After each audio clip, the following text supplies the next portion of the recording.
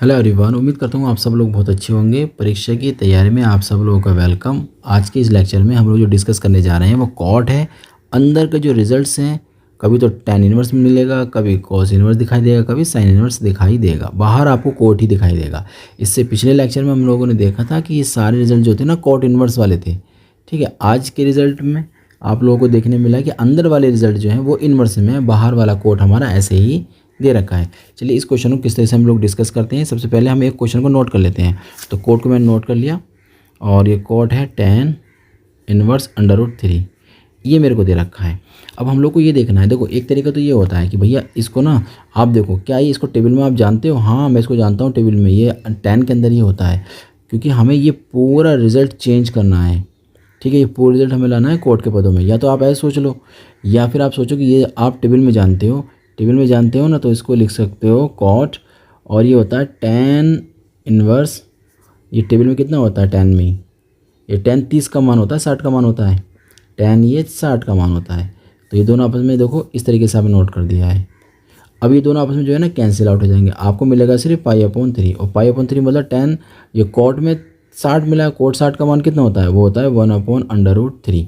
आप ऐसा सोच सकते हो। अच्छा, इस क्वेश्चन को आप इस तरीके से भी सोच सकते हो, लेकिन अभी हमने उस टॉपिक को डिस्कस नहीं किया है कि ये कॉट इनवर्स को, जो tan इनवर्स है ना, इसको कॉट इनवर्स में बना लो।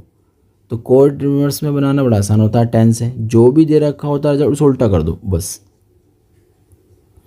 क्या था ये? √3/1 था ना, तो इसे 1/√3 कर दो। tan इनवर्स को कोट इनवर्स में कन्वर्ट करने के लिए। अब ये दोनों आपस में कैंसिल आउट, रिजल्ट आ जाएगा 1/√3। तो आप इस तरीके से भी इसे सोच सकते हैं। चलिए अब हम लोग करते हैं शुरू अपने इस वाले क्वेश्चंस को। ठीक, तो देखते हैं इसमें क्या बनता है। भाई कॉट है और अंदर दे रखा है कॉस इनवर्स। देखिए 3/5, क्या इसका मान भी टेबल में मिल सकता है? क्या जानते हैं टेबल में इसका मान? तो अब ये तो टेबल में नहीं जानते हैं आप। जब टेबल में नहीं जानते हैं, जिस कंडीशन में ऐसा सवाल मिल जाए आपको कि टेबल में आप मान नहीं जानते हैं, तो भैया उसमें सबसे आसान तरीका लगाओ, पाइथागोरस वाला।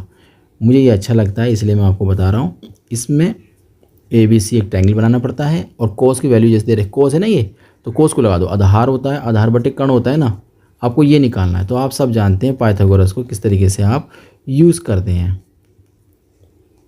यहाँ पर AB कितना आपको 5 दे रखा, 5 का स्क्वायर कितना 25 बन जाएगा। AC हमें निकालना है, ठीक है। BC हमारे पास 3 दे रखा, वो 9 बन जाएगा। 9 जाएगा तो 16 मतलब यहाँ से AC का मान कितना निकल कर आ जाएगा? फाइनली AC का मान निकल कर आ जाएगा आपके पास 4। तो ये 4 आ गया। अब देखिए कैसे करना है आपको।